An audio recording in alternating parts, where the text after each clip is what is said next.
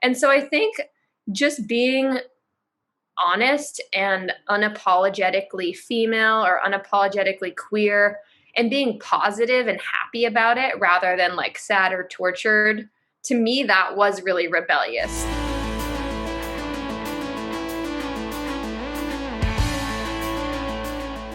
Hey guys, it's Eccaia, and you're watching Spill It. It's the show that gives you a glimpse into the performer's mindset and reveals the person behind the persona. Joining us today in the virtual Spill It studio is LA-based indie rocker Maddie Ross. Described by Billboard as the best DIY rock star you've never heard of, her self-released debut album went on to be named Billboard.com's 5th best album of 2019. Maddie began writing and releasing songs in 2014 upon discovering her queer identity. Until that time, Ross hadn't seen liking girls as something cute or romantic because she had no model for it. She stated that growing up, the word lesbian meant something shameful at worst and tolerable at best. It became her mission to release music showing feminine, powerful queer women in a positive, fun light. Ross's inclusive lyrics and upbeat music have been praised for filling the gap in representation that she lacked in her own youth. Before we get started, I want to shine a spotlight on MusiCares. MusiCares understands that members of the LGBTQIA+ community may face challenges in obtaining medical treatment such as discrimination from medical providers or insurance companies. They've noted that elevating LGBTQIA+ people in the music industry is much bigger than any song, artist, or album. It's about providing tangible aid to a marginalized community. That's why MusiCares Health and Human Services team hosts programming both virtually and in person year-round, which tackles the need of the music community as well as offering financial, mental health support, and addiction recovery assistance for those who qualify. To learn more or access resources, visit www.musicares.org/gethelp. If you can, give, and if you need support, reach out. Maddie, thank you so much for joining me today. Oh my gosh, I'm so excited to be here. Thanks for having me. It was 2019 when I saw you last, opening for Katie Tunstall in Toronto. That must have been a really fun tour, but how did you get that gig? Oh my gosh, it was really unexpected the way this gig came about. I had been putting out music for several years and was kind of establishing myself, but really hadn't toured at all. I was mostly playing shows in LA.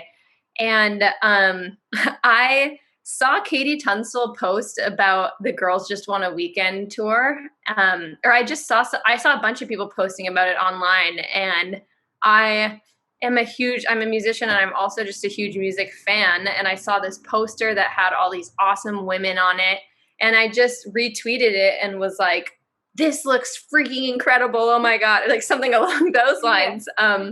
But I didn't know KT. I just retweeted the poster and was like, this looks rad. And then this is like 1 in 10 billion times in the world when this happens. But a couple hours later, I looked at my phone and I had a DM, and Katie Tunstall was like, wow. Hey, I saw your retweet, and then I ended up clicking on your profile and checking out some of your music, and I really like it. And I was wondering if you want to come on tour with me. Wow. And I was like, at first I was like, is this spam? Like, I was like, this has got to be some kind of, this doesn't happen. And I clicked and it had a blue check mark, and I was like, oh my God, it's really her. And then I was like, well, I know that this isn't how this works. Most people of her, status have booking agents, and there's like, it's kind of political the way you have to choose, what goes into the opener. And I was like, oh, maybe I'll probably get an email in a couple of days from a manager or something being like, we're so sorry. She shouldn't have invited you. Like, good luck. I just didn't think it would actually happen. But, she really is just that in control of her career and that generous. And she picked me out of such. She saw me on the internet and invited me. 1 in a million chance. And I'm sure it was an amazing experience. But what was your favorite part about that tour? I mean, this is such an obvious answer, but playing shows was was the absolute best part of going on tour. And I have loved performing my whole life. I am a very social person, a highly empathetic person, and connecting with people is, what makes the world matter to me. And I love performing, and my close second favorite part of the tour is meeting all the people afterwards and talking to people. Yeah. And so it's just like an unbelievable opportunity to get to go to different cities and meet people who you normally wouldn't meet and play your music for a room of people who haven't heard it or have maybe recently just discovered it, knowing that you're coming to play for them. And yeah, my music is really personal. So getting to share that piece of myself with people and be accepted and then meet them and learn about them and develop this bond, it's like, it's the most addictive, incredible, wonderful feeling in the world. And is there any funny stories you'd like to share? Oh man, I have so many. On the third night of tour, we played San Francisco, which is my hometown, or I grew up in the Bay Area. So everyone who I've ever met has bought tickets to this show, and I'm so nervous. And luckily we played Portland and Seattle first. So I had a little bit of a warm up and got to kind of get used to it. But this was like really the first big night for me. And I had my outfit picked out, and like 2 minutes before I go on stage, I go to the bathroom and my button bursts open and breaks off, and my pants button falls in the toilet, which I'd already peed in. And I was like, oh no. And I stuck my hand in the toilet to get the button out, because it was this really old building and I didn't want to like clog the pipes. And I also was like, I need this button. And so, of course, I'm like so glamorous in this beautiful dressing room, like living, I'm on tour. And then it's like 2 minutes before showtime and I've stuck my hand in a dirty toilet. So yeah, I think I safety pinned my pants and maybe sewed the button back on later. But there are a couple other things. I mean, there are some other moments that stick out to me, or like I was visiting one of my best friends in Chicago. He let us stay with him and we had an off day. So I got to spend 2 nights at his house, and then we were leaving super early the next morning. And this was like November 1st, like very cold. And I'm born and raised in California. Like to me, cold weather is like 60 degrees. And I remember his door automatically locks behind him, and we were going to load up the van. So I was just in a sweatshirt and pants, but not like heavy jacket. And the door locks behind me, and I don't have my phone on me, and I don't have a winter coat. And I was like, I'm going to die. Like I was so cold. And I just waited by the van. I was like doing jumping jacks and like moving my fingers. And after about 10 minutes, I think someone put 2 and 2 together that I was probably locked outside, and it went and got me. I mean, at least you found a way to kind of sort of keep warm-ish. So yeah, I mean, I gotta say, I don't think I could ever live anywhere else permanently. I didn't grow up that way. I don't really know how to. I've gone to the snow or the cold for a trip or for a vacation or like a set amount of time, but I don't know if I have the skills to deal with living in the snow for several months. Like I was so cold. Right. My favorite part is how you would come for vacations to be in the snow, and then there's so many people here in Canada that will leave during the snow months, so they don't have to deal with the snow. I know, that's California for you. I was telling you before we pressed record that most of my extended family is from Toronto. So to me, that's where I go for vacation. And, getting to see those people and be in that environment is vacation to me. Yeah, it didn't snow at all where I grew up. We'd have to drive to Tahoe or something. And right now, if you could go and open a show for any artist, who would it be? That's a good question. I have so many answers that come to mind, but like the very first one would be Olivia Rodrigo. That'd be so cool. I love the way that she's like such a singer-songwriter and so pop, but then also incorporates all these rock elements. Yeah, Um, it's totally. it's really awesome. So that would be a dream tour. I really love the band Sleigh Bells. I don't know if you've heard of them. Um, No, they're so good. You should check them out. There's probably a couple songs you recognize, but it's like probably. pretty badass rock. Um, and they're touring, I think, sometime this year. And I was like, oh, that would be another dream tour of mine. Yeah. I don't know. There's so many. I really like this artist, Kenny Hoopla, who is kind of like a pop punk. He's kind of at the forefront of the pop punk revival. And Willow Smith. There's a lot of really cool stuff happening in Hmm. rock and pop punk right now that'd be so fun to be a part of. But also, I would love to just go on the road with Katie Tunstall again. She's so Sure.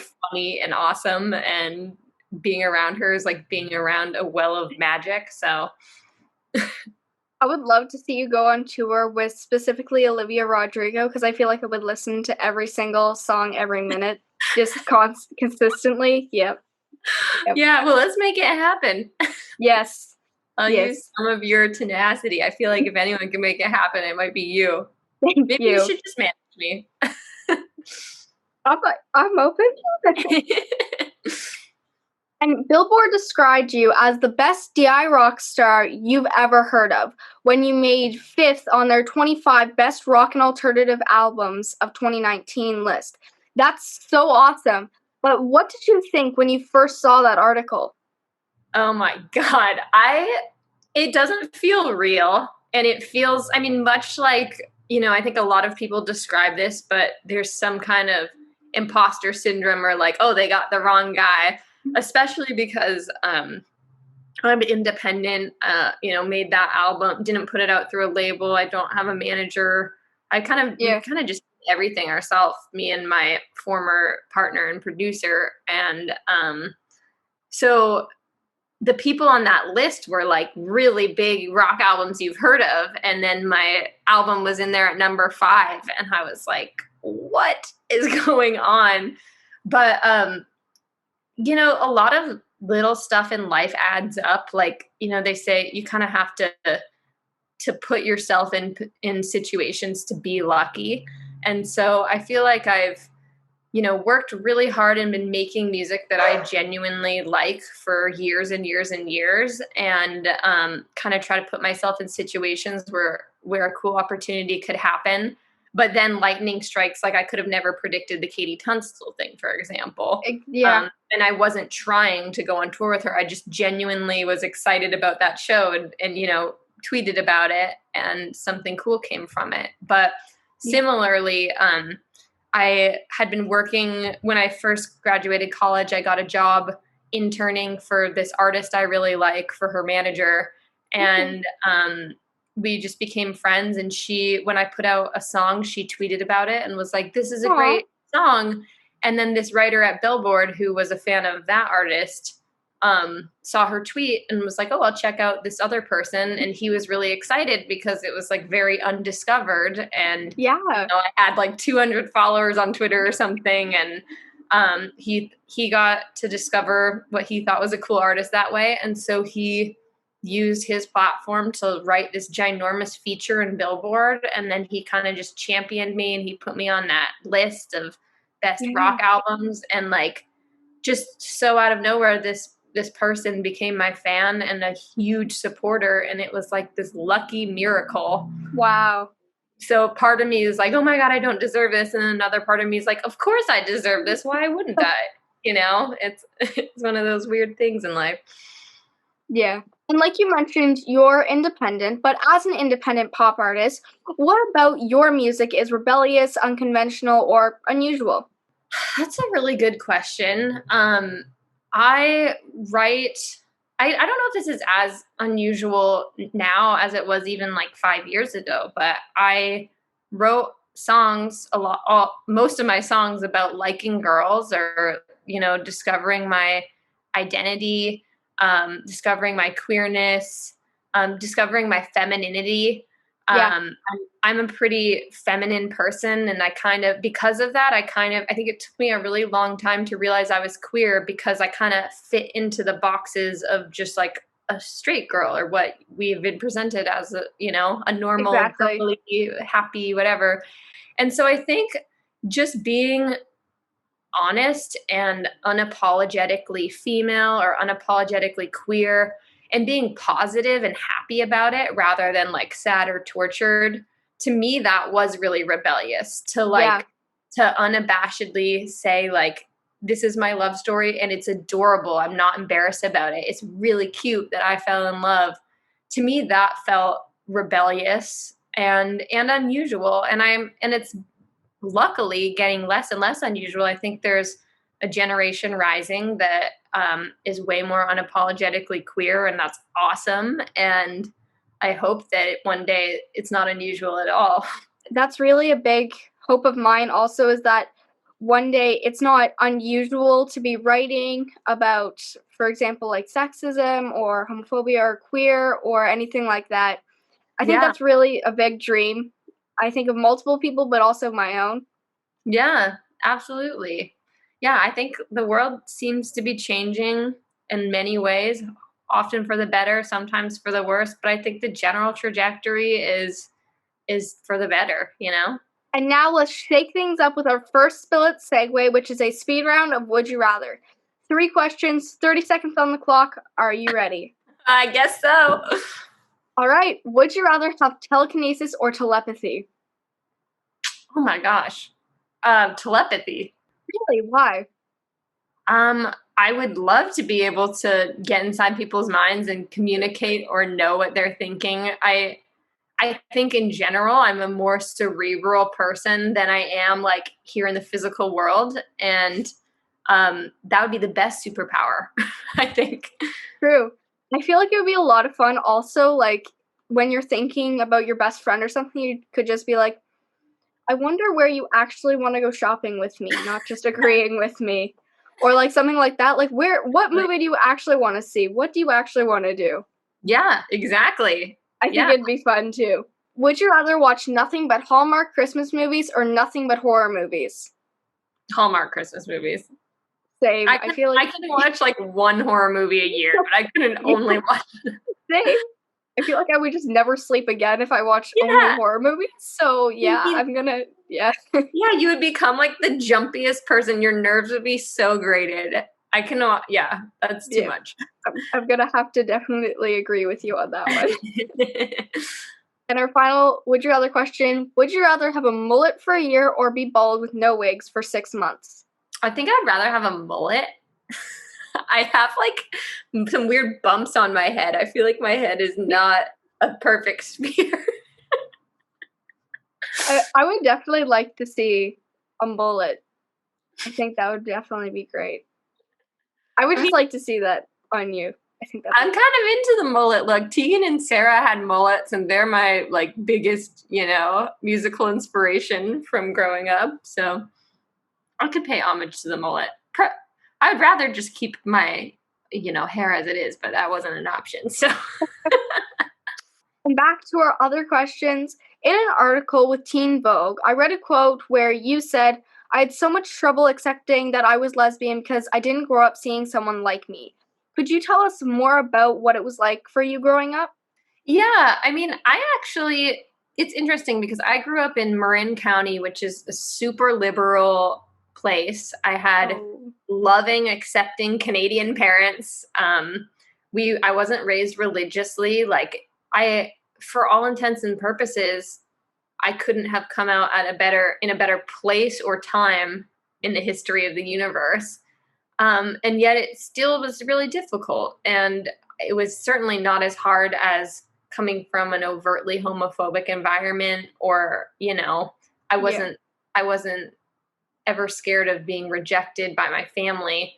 But I think that speaks to the power of how much homophobia just exists in our mainstream culture. Because to me, no one was overtly homophobic, but also no one was overtly accepting. And I didn't have models. I never saw any gay people raising kids. I didn't know any adults who were queer. No one I knew hung out with queer people. So even if you're not being told something is bad or wrong, there's a lot of messages still being sent that tell you that it's other. And so that was a challenge for me. Definitely, and I can see how even if it wasn't like no one was telling you that it was bad, there was no one who was telling you it was really good either, so I can see why you'd kind of be in that sort of position, if you know what I'm saying.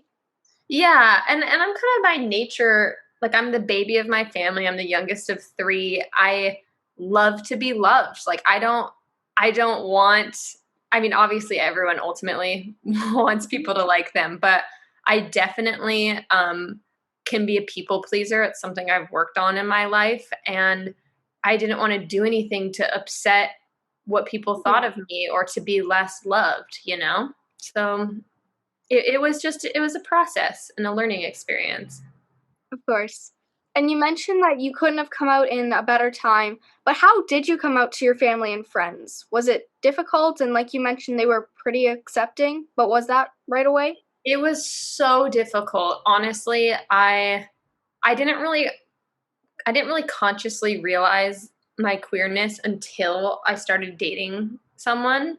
And then I was like, oh my gosh, I fell in love for the first time, and it was not with a man. And um, but I had to like do a lot of math all at once in my brain of like, okay, well, then what does that make me? Because I don't identify as a lesbian. Like, that word gave me a knee jerk reaction. And, because of just my associations with it from a lifetime of microaggressions and things like that. And so I had to like, I knew that I was in a relationship and in love with a woman. And then I was like, well, what does that make me?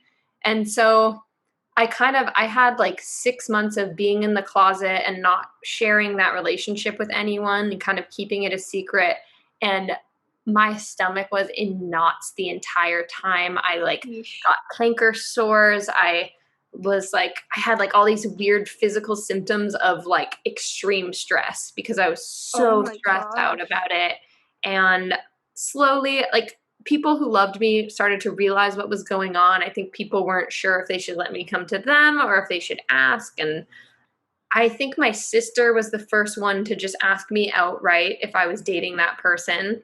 And that really honestly upset me at the time. I felt really like backed into a corner because I wasn't ready to Oh, say it. But also she obviously meant it in the most loving way of like, you can tell me if you're dating this person. So there's not really like a right or wrong way to do it. It was I talked to my sister about it at first, and then I think I just kind of slowly mentioned it to members of my family when I was home for the holidays, and everyone gave me a hug and said they loved me. And um, it took probably like another year after that to really get comfortable bringing my yeah. significant other home.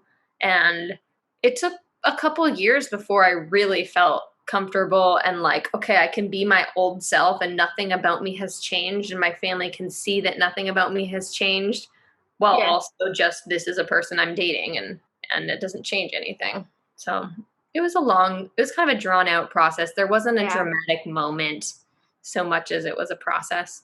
Were you nervous at first to start writing music that focused on normalizing queer life? Or did you feel very natural about it? Yeah, I actually didn't feel nervous because writing is sort of the place where you get to say whatever you want, and it's really empowering and freeing for me. And I actually am and always have been an oversharer, and that's why being in the closet was particularly hard because I Yeah. wasn't used to not wearing my heart on my sleeve and being myself.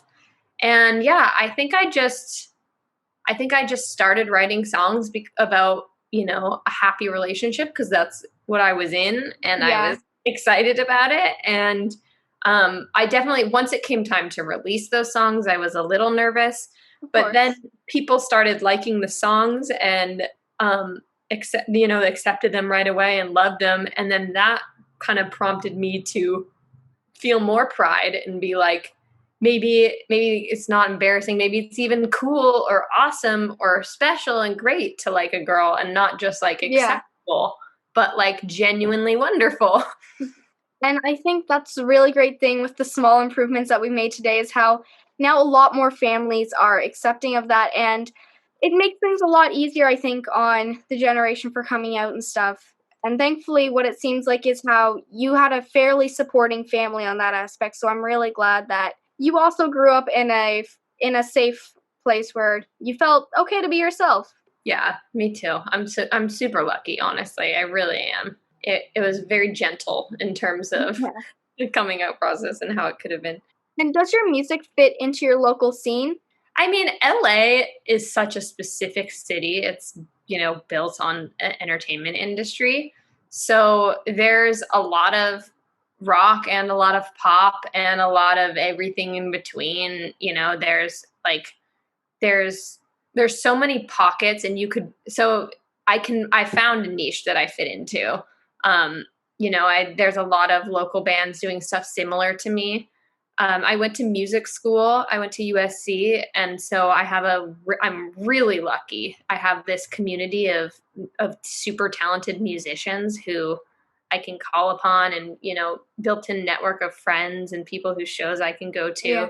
So again, LA, like, one version of the LA music scene is literally like Katy Perry or, and I'm obviously not hanging out in that circle. There's a lot of really great local venues. It's been sad to see about half of them close down, because that's kind of been my community that I've built over the last decade. Yeah. But yeah, there's a lot of bands, and if you go to people's shows and make friends, you kind of become a part of a scene, and people come to your shows, and it's a pretty incredible thing to be a part of. That's some of my favorite parts with different industries, is how in a lot of industries it kind of feels like a community, and it's kind of like a second family. Yeah, for sure. I'm sure you know that very intimately with martial arts. And yeah. And then what are some misconceptions about being LGBTQ2+ that you'd like to eliminate? That's such a good question. And at first I was like, I don't know, nothing. But then it's interesting, because I, on the one hand, think that stereotypes exist for a reason. And I think it's been a tool for the queer community to know their place or understand how they fit in, and some of the stereotypes are self-imposed almost, and so I would never want to put that down, because if it's been helpful for that community.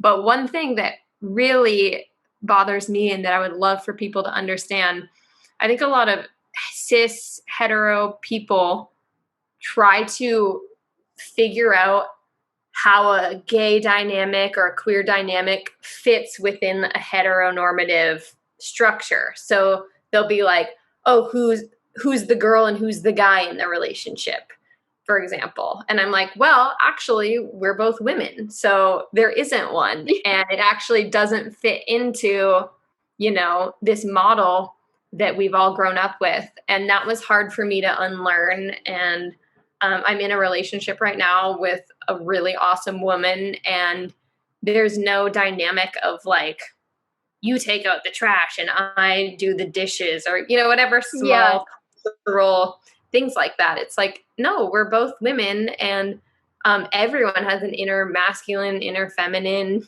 everything in between. And we're just ourselves, and we're in a functional relationship, and we're just two people. I definitely think that that's a really good kind of stereotype that you would want to get rid of. I personally haven't experienced it, but I've definitely heard stories about how people are constantly getting asked, well, who's the guy in the relationship, or who's the woman in the relationship? And so I definitely think that's a good one. Yeah, I mean, it's such an obvious answer. It's neither, but I think that we like to, I mean, even people within the queer community, that dynamic might work in some relationships. So again, not trying to knock it, but yeah, I would love for us to just not see relationships as being so hetero to begin with, to just like expand our understanding to just be two humans coexisting and being partners. And in the coming out process, what would you say is the best thing for allies to say or do to support? That's another tough question. There's not really a one size fits all, but from my experience, kind of what I was talking about earlier, not hearing people outright say they hate gay people, like not doing that, isn't enough. You're not an ally just because you're not physically harming or abusing or, people in this queer community. It's like being a vocal, visible ally.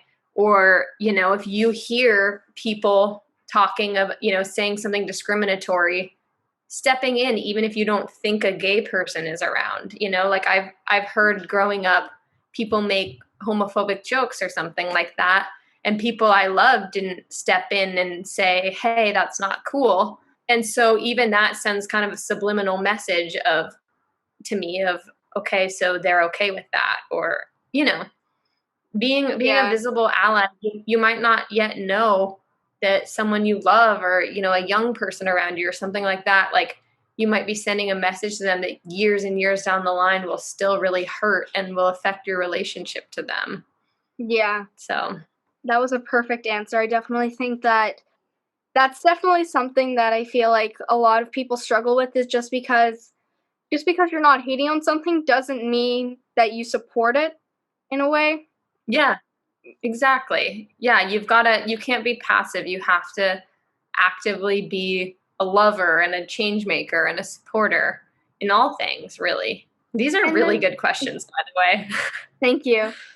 And then how would you suggest that people find a way to feel safe in a school, community, or industry where they're out, but the environment isn't so tolerant about how they feel?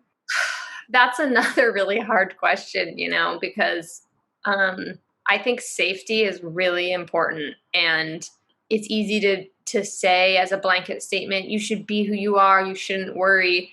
But the reality is, like, trans women, especially trans women of color, have higher murder rates than, any other demographic across the country. There's genuine threat to people's safety or well-being, physical well-being, emotional well-being.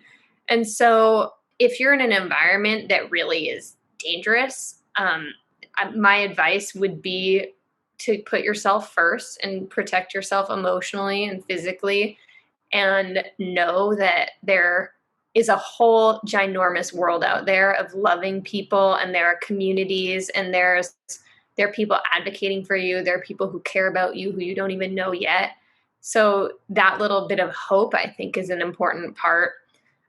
But then beyond that, if it's a less extreme situation, then I think if you can be unapologetically who you are, either you're sending signals to someone who isn't that brave yet, or who has that part of themselves laying way more dormant.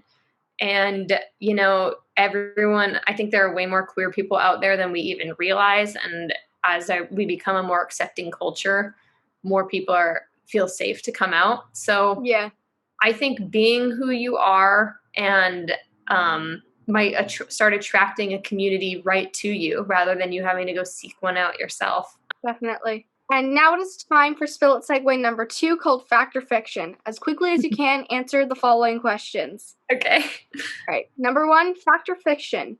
Trust is really important to songwriting. Fact. Fact or fiction? DIY music has to be low quality. Oh, fiction. And finally, fact or fiction? You set up an official Ears Bunny website where your fans can go to air their own grievances with past partners. Fact. And on the topic of the Ears Bunny website, how have the stories been, and have you seen many fans feeling comfortable to reach out, and how's the whole website been going? It is so cool, honestly. That was kind of a really fun idea that my producer had as we were getting close to releasing the album. We're like, what's a fun way we can engage people? And so this song, I went through a really awful breakup, and really was my first big breakup of my life, because I, was queer, and the people I kind of dated before I came out, it was just kind of small, not really, I was never in love. So this was my first really big heartbreak that came at age 27 or 26. So I wrote kind of a massive angry revenge breakup song, and talked about the ways I was really mistreated in that situation. And then I was like, I had this outlet to express myself, and it felt so good just to know other people could hear it and that I could express Yeah. myself, and on the receiving end, people responding and being like, oh my God, I went through this too. Like, for me, the only way to get through pain is to, share it with others and lift each other up. And so then I was like, that sucks that you would have to be a musician or some kind of artist in order to get that catharsis. I think it'd be awesome if everyone listening could also share.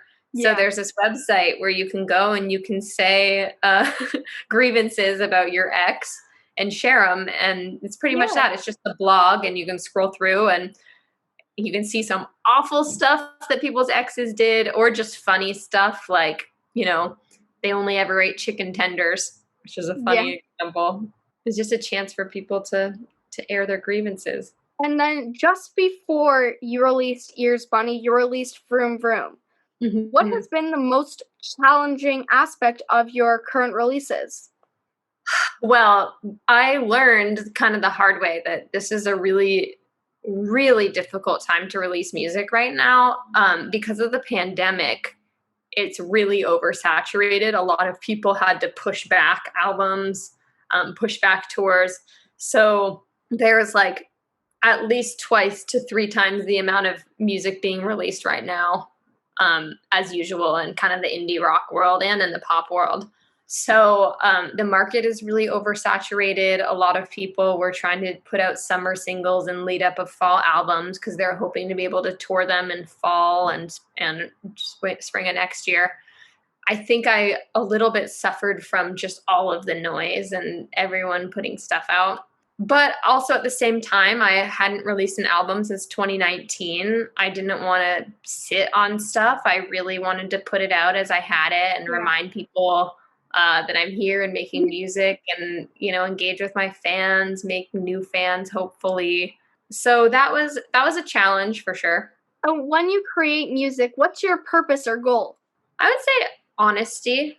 I think that being so much of the way we lived in our day-to-day lives is kind of pushing back subconscious thoughts that come up, or being a version of yourself that you need to be to get through the day and present to everyone. And so music is the place that I'm able to go to where I can write about my feelings. I can build a character, a little part of myself that maybe, is more dormant most of the time. I can really build that up. It's a way to express yourself, and it's a way to just be the most honest self, I think. Mm-hmm. And when it comes to music, what's your biggest challenge? I would love to be better at guitar, and I would love to be better at production. I think both of those are things that the only way to get good at them is to just spend hours and hours and hours obsessively learning. And I don't think I have the most natural inclination to either of those. I loved playing guitar when I was in middle school. I learned guitar, and I loved it because it allowed me to write songs. So I loved, learning enough chords so that I could write. But from there, I was never the type of person to lock myself in a bedroom and learn a million songs and practice for 4 hours a day. So those are things that I would love to get better at, and I try to build out time to do them. But it would definitely be a lot easier. I would be able to do a lot more on my own if I could demo out songs more myself or produce some of my own stuff. So that's a hurdle for me that I would love to get better at. And then what can we expect from you within the next 6 months? Any more releases planned or future gigs or touring? Honestly, I really don't have a good answer for that. I put out these 2 singles and kind of just wanted to see what happened releasing singles, because I've always put stuff out with an EP or with an album in mind. And so I wanted to not wait for that. I wanted to just have music out. And now once I did it, I kind of see the benefits to having an EP or album that you're building towards. So kind of in the last couple of weeks, I've decided that I really want to write an album, and I've been doing a lot of writing sessions. I have some local shows booked, but I don't have any tours booked. I would love to get an opening slot on a tour of some kind in January or February. That'd be awesome. and hopefully I would have an EP or album to release along with it by then. So I'm kind of, I like external motivators. Like if I had a tour coming up, I would be like, okay, well, my album just has to be done by then and work backwards from there. So like this song to do this day, etc. So I'm in an in-between period, which is fine. And I'm trying to allow myself that space while also being like, okay, I need to like know what the next thing is and start planning it. I have a little bit of both urgency and also patience of just knowing things fall into place and what will happen will be what was meant to happen. And another question is, in your background, I believe they're light up bunny ears. Are those the ones from your ears? Those are the ones. Yes. Here, let me show you. One of my best friends from middle school, actually. Among other things, she directed the entire video. She styled me. And she also, there we go. Ooh. That's them. She also soldered this in her garage with her dad. She was like, oh, it'd be cool to have a neon sign. And then she just looked up how to make it and made it. And then she gave it to me. So now I have it proudly in my office. Now you have a neon bunny ear sign. I love it so much. I really like it, actually. Thank you. I know, it's pretty cool. And I honestly am blown away because I'm not the type of person who's good at soldering. I'm like blown away that she made it herself. It wouldn't even occurred to me that you could do that in the garage. It didn't even cross my mind that someone made that themselves. So genuinely good for her. I know. It's awesome. And now it is time for our final Spill It segue, number 3, called Just a Minute. I'm going to give you a topic, and your task is to talk about that topic for 1 full minute. Are you ready? I was born ready for this. I could talk for 10 minutes on any given topic. All right. Your topic is allyship. Go. Well, we already talked a little bit about this, but I think that it's not enough to not be homophobic. That's the bare minimum, and it doesn't fly. And in order to be an ally, you have to think a little bit outside yourself. You have to kind of be willing to shed some humility. You have to be able to say, the way I might be living, even though it's not intending to be harmful, I might have been harming people emotionally, unintentionally. And you have to be willing to look inside yourself and say, I have to make some changes here. Yeah. And that goes for me. As a member of the queer community, you're not exempt. And I've learned a lot about trans people and non-binary people that I didn't know when I first came out. And you're not, just because you fall into maybe one marginalized category does not mean that you're doing a good job of allyship or of understanding other people. I think that you have to educate yourself. And I know that for some people that might be difficult. You might not know where to begin, and everyone learns differently.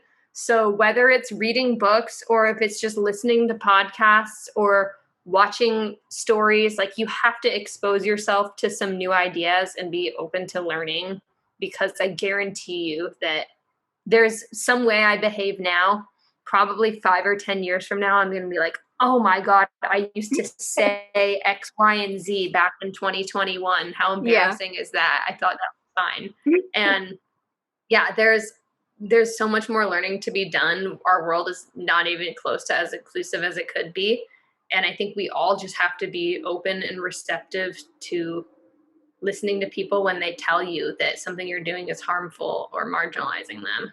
And now it's time to get to know you better with some of Spill It's Just Curious questions. All right.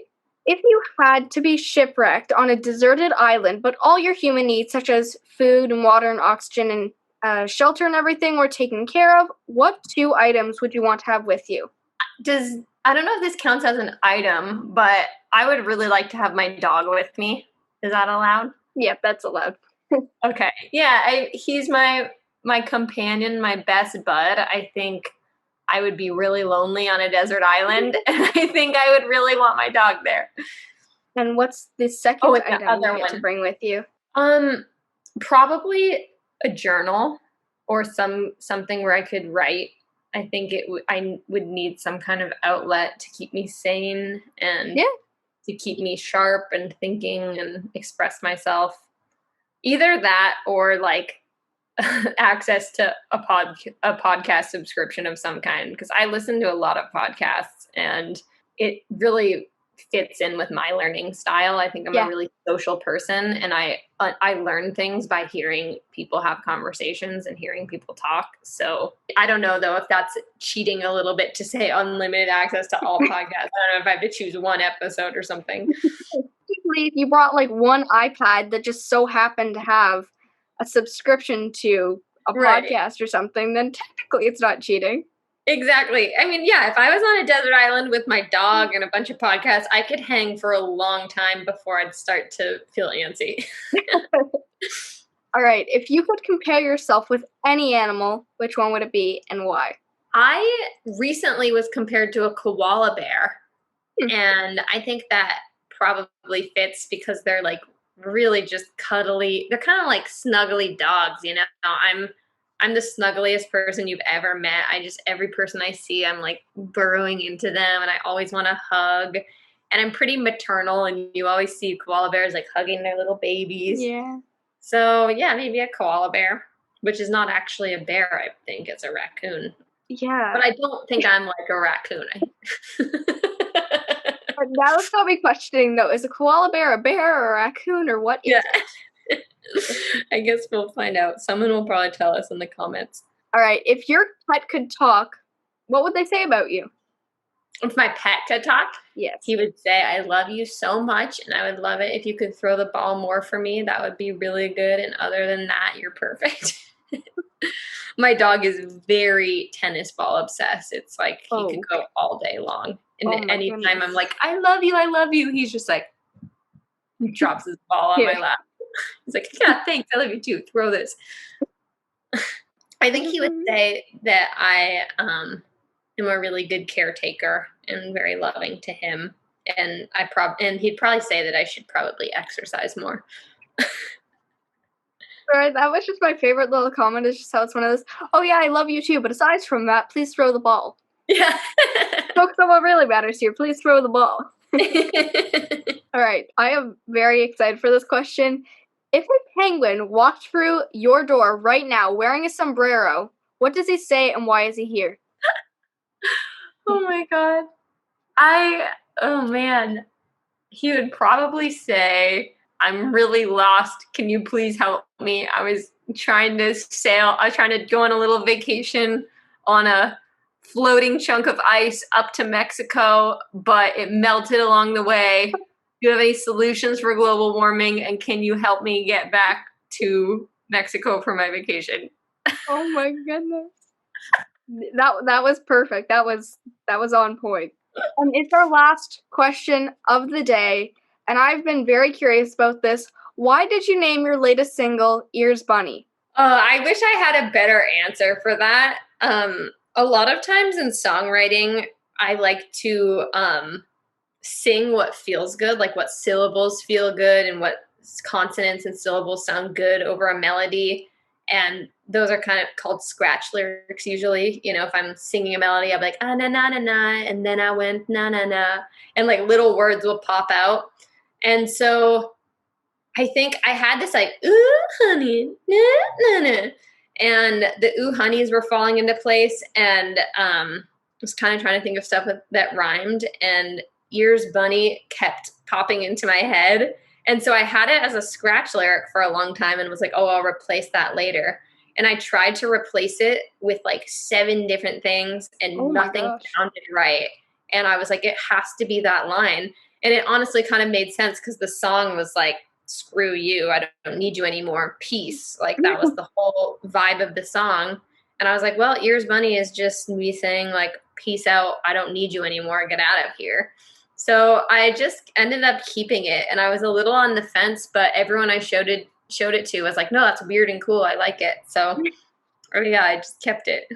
I mean, bunny ears also kind of look like a peace sign, so I think it actually really works. So exactly, yeah, exactly. Well, thank you. I'm glad you think it works. It's a little bit weird. I sometimes feel embarrassed for a second when people are like, oh, what's your song called? And I'm like, Ears Bunny. And they're like, what? Ears Bunny? And I'm like, Yeah, just listen to it. It's cool, I swear. Oh, I'm sorry, that was really great. All right. That's all the time we have, but before we go, do you have any final words of wisdom you'd like to leave our audience with?